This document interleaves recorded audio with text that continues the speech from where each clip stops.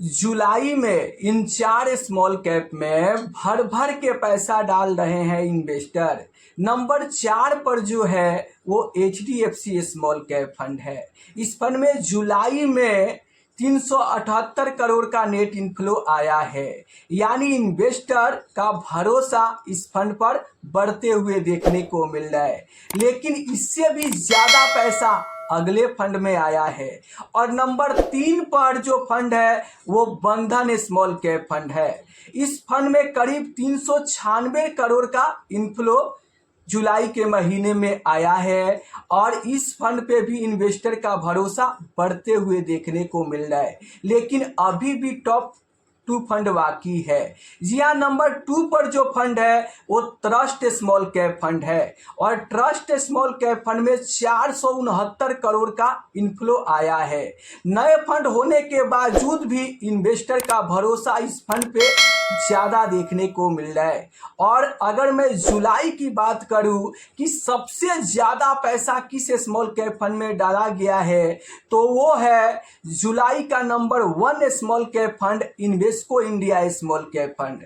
इस small cap fund में 696 करोड़ का इनफ्लो आया है, जो इस सूची में सबसे ज़्यादा पैसा इन्वेस्को इंडिया स्मॉल कैप में डाला गया है और सबसे कम पैसा HDFC स्मॉल कैप में डाला गया है। अब आखिर क्यों इन 4 फंड में इन्वेस्टर भर भर के पैसा डाल रहे हैं? तो देखो, इन्वेस्टर रिटर्न के पीछे भाग रहे हैं। क्यों? क्योंकि अभी आप देखोगे तो Invesco India small cap fund बेहतर रिटर्न दे रहा है। ट्रस्ट स्मॉल कैप फंड की बात करूं तो पिछले 1 साल में ही 25% का जबरदस्त रिटर्न दे दिया है और इसी रिटर्न को देखते हुए इन्वेस्टर इस नए फंड पर भी भरोसा करके और भर भर के पैसा डाल रहे हैं। और मैं बार बार वीडियो में चिल्ला चिल्ला कर कहता हूं कि चाहे कोई भी फंड हो वो आपको हमेशा बेहतर रिटर्न नहीं देगा। क्यों नहीं देगा? क्योंकि इतिहास गवाह है। आप यहाँ पर 2021 में देखोगे तो axis small cap fund top पर हुआ करता था, लेकिन ठीक वही आप यहाँ पर 2023 में देखोगे तो quant small cap fund top पर हुआ करता था और 24 में क्वांट पिछड़ गया और 2024 में बंधन स्मॉल कैप फंड टॉप पर आ गया और आज 2026 की बात करोगे तो Invesco India small cap fund जबरदस्त रिटर्न दे रहा है, ट्रस्ट स्मॉल कैप फंड जबरदस्त रिटर्न दे रहा है। तो इस डेटा से आपको क्या पता चल रहा है कि हर 1.5 से 2 साल पर टॉप फंड पिछड़ जाते हैं। इसलिए अगर आप ज़्यादा रिटर्न देने वाले फंड के पीछे भाग रहे हो, आप बेस्ट स्मॉल कैप फंड के पीछे भाग रहे हो और बार बार आप फंड टू फंड जंप कर रहे हो, यानी अपने पोर्टफोलियो में बार बार फंड चेंज कर रहे हो, तो आप बहुत बड़ी गलती कर रहे हो। इससे आप बड़ा पैसा भी नहीं बना पाओगे और कंपाउंडिंग का भी चक्र टूट जाएगा। इसलिए आपको बेस्ट फंड के पीछे, ज़्यादा रिटर्न देने वाले फंड के पीछे नहीं भागना है, आपको सही कैटेगरी चुनना है। अगर आप 10 साल के लिए स्मॉल कैप कैटेगरी चुनते हो तो बिल्कुल सही डिसीजन है। अगर आप 7 साल के लिए मिड कैप कैटेगरी चुनकर इन्वेस्ट कर रहे हो और अगर आप 5 साल के लिए multi cap flexi cap category चुनकर और इन्वेस्ट कर रहे हो, फंड चाहे कोई भी हो, तो आपको तब तक इन्वेस्ट करना चाहिए जब तक आपका गोल पूरा ना हो जाए। क्यों? क्योंकि देखो, यहाँ पर हर एक फंड को गिरावट के दौर से गुजरना है और हर एक फंड को बुरा समय आएगा। इसीलिए ऐसा कोई भी फंड नहीं है जो आपको हमेशा शुरू से लेकर लास्ट तक आपको अच्छा रिटर्न बना कर दे।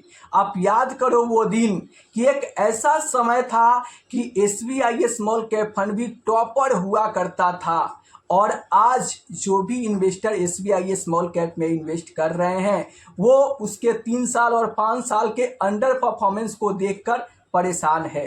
तो आप सोचो कि आज अगर आप ट्रस्ट स्मॉल कैप फंड की 1 साल का जबरदस्त रिटर्न देखकर, Invesco India small cap fund का जबरदस्त रिटर्न देखकर और आप यहाँ पर अपने स्मॉल कैप फंड से निकल कर और इस स्मॉल कैप फंड में पैसा डाल रहे हो और आगे चल के इस फंड का भी परफॉर्मेंस कमज़ोर हो जाए तो फिर क्या करोगे?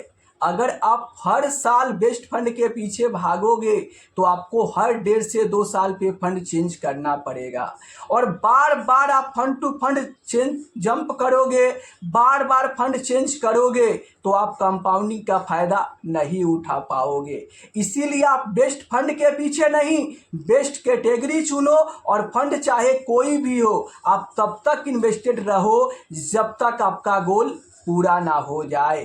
चलिए अब एक सवाल आया है, आप देख सकते हैं, ये अजीत जी का सवाल है कि HDFC स्मॉल कैप फंड से एग्जिट कर लूं या बने रहे।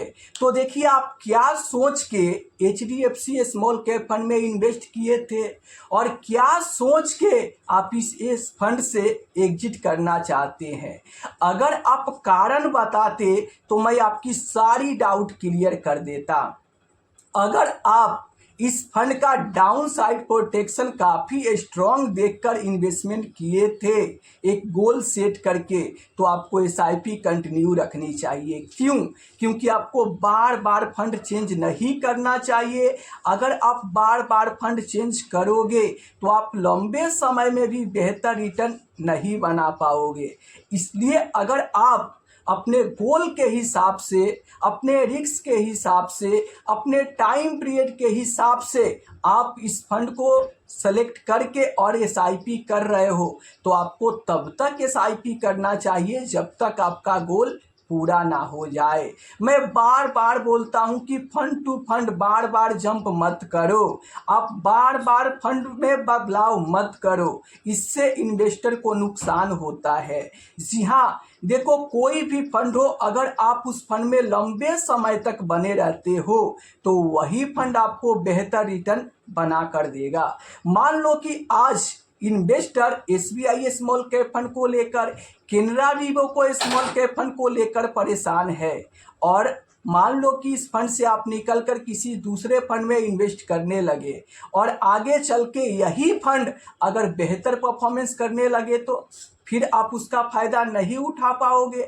जैसे 2024 में क्वांट स्मॉल कैप फंड यहाँ पर जब सेबी का रेट पड़ा तो लगातार गिरावट होने लगा। इन्वेस्टर डर कर 3 दिन में क्वांट स्मॉल कैप फंड से 1400 करोड़ का निकासी किए थे और 6 दिन में तो 2800 करोड़ बेचकर इन्वेस्टर भागने लगे। लेकिन जो लोग इस फंड में इन्वेस्टेड रहे तो क्वांट स्मॉल कैप फंड ने आज फिर से वापसी किया है और इन्वेस्टर को बेहतर रिटर्न बनाकर दे रहा है। तो इन्वेस्टमेंट आपसे समय मांगती है। आप ध्यान दो कि देखो प्यास पानी मांगती है, इन्वेस्टमेंट समय मांगती है। अगर आप अपने रिस्क के हिसाब से, अपने गोल के हिसाब से सही फंड, सही कैटेगरी चुन के इन्वेस्ट कर रहे हो और वो फंड अगर आज कमज़ोर परफॉर्मेंस भी कर रहा है तो भी आपको SIP कंटिन्यू रखना चाहिए, ये सोच के कि आप सस्ते में यूनिट ज़्यादा इकट्ठा कर रहे हो। जी हाँ, मान लो कि आप अपने गोल के हिसाब से फंड का चुनाव करके आप SIP कर रहे हो। मान लो कि SBI स्मॉल कैप फंड ही है और उसका परफॉर्मेंस कमज़ोर हो रहा है तो आप ये सोच के SIP शुरू रखो कि हर एक फंड को गिरावट के फेज से गुजरना है। हर एक फंड का बुरा दौर आएगा तो आपके फंड का बुरा समय चल रहा है और उस समय आप SIP कंटिन्यू करके यूनिट ज़्यादा इकट्ठा कीजिए और जब वही फंड का बुरा दौर ख़त्म होगा, अगले 2 साल बाद, 3 साल बाद जब वो फंड दौड़ेगा तो वही फंड आपको तगड़ा रिटर्न बना कर देगा। तो इसलिए आपके पोर्टफोलियो में जो भी फंड है, अगर आप गोल के हिसाब से, रिस्क के हिसाब से आप सही फंड का चुनाव करके, सही कैटेगरी का चुनाव करके इन्वेस्ट कर रहे हो तो आपको बार बार फंड नहीं बदलना चाहिए। चलिए एक पोर्टफोलियो आया है, आप देख सकते हैं। इनके पोर्टफोलियो में टोटल 6 फंड है। 2 स्मॉल कैप फंड है जो कि बेहतर है। यहाँ पर आप देख सकते हो बंधन स्मॉल कैप फंड और इन्वेस्को इंडिया स्मॉल कैप, दोनों में 2-2 हज़ार का SIP चल रहा है। 2 मिड कैप फंड भी है इनके पोर्टफोलियो में, आप देख सकते हो मोतीलाल ओसवाल मिड कैप और इडलवाइज मिड कैप फंड, दोनों को दोनों बेहतर फंड है। और एक पारंपरिक फ्लेक्सी कैप फंड है और एक कोटक का मल्टी एसेट फंड है। तो आपके पोर्टफोलियो में 6 फंड है। तो देखो यहाँ पर फ्लेक्सी कैप और मल्टी एसेट फंड ये गिरावट में आपके पोर्टफोलियो को संभालेंगे, और जो 2 स्मॉल कैप, जो 2 मिड कैप फंड है, यही फंड आपको बाजार की तेजी में तगड़ा पैसा बना कर देंगे। तो आपके पोर्टफोलियो बिल्कुल सही बना हुआ है और ज़्यादा आप फंड ऐड मत करना, कुछ बदलाव की भी ज़रूरत नहीं है। आप इस पोर्टफोलियो के साथ अपना SIP कंटिन्यू कर सकते हो, तब तक कंटिन्यू करो जब तक आपका गोल पूरा ना हो जाए। देखो, बहुत बार आपको ऐसा लगेगा कि मेरा फंड बेहतर रिटर्न नहीं दे रहा है, मैं इससे निकलकर उस फंड में, अगले फंड में जंप कर जाता हूं, लेकिन हर एक फंड का वही हाल होगा जो आज आपके फंड का हाल हो रहा है। ऐसा कोई भी फंड नहीं है जो आपको शुरू से लेकर अंत तक तगड़ा रिटर्न बना कर दे। क्यों? क्योंकि इक्विटी म्यूचुअल फंड कोई बैंक एफडी नहीं है कि वो आपको हर साल बेहतर रिटर्न देगा। किसी साल आपको तगड़ा रिटर्न देगा तो किसी साल 0 रिटर्न देगा, और किसी साल तो निगेटिव रिटर्न भी बना कर देगा।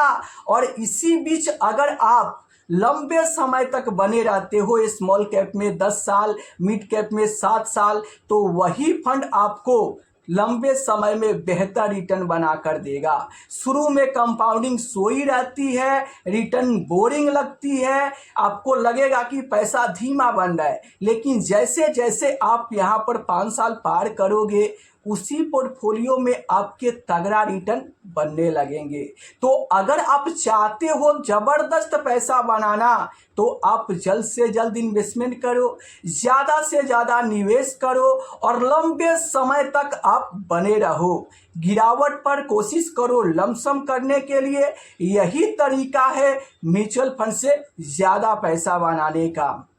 बार बार फंड चेंज करने में समझदारी नहीं है। और हाँ, अजीत जी का एक और सवाल आता है कि सर मेरे पास 5 स्मॉल कैप फंड है, मैं पांचों को हटाना चाहता हूं और 2 स्मॉल कैप फंड आप बता दो जिसे मैं रखना चाहता हूं। तो ये एक सही डिसीजन नहीं है। अगर आप पहले से 5 फंड रख के और वहां पर इन्वेस्टमेंट कर रहे हो, तो मैं फिर भी आपको बता रहा हूं कि बार बार फंड चेंज मत करो, इससे आपको रिटर्न पर असर पड़ेगा और लंबे समय में आप सोचो कि समय बर्बाद कर रहे हो। अगर बार बार फंड चेंज कर रहे हो तो समय बर्बाद कर रहे हो, इसलिए आपको फंड चेंज करने, बार बार चेंज नहीं करना चाहिए।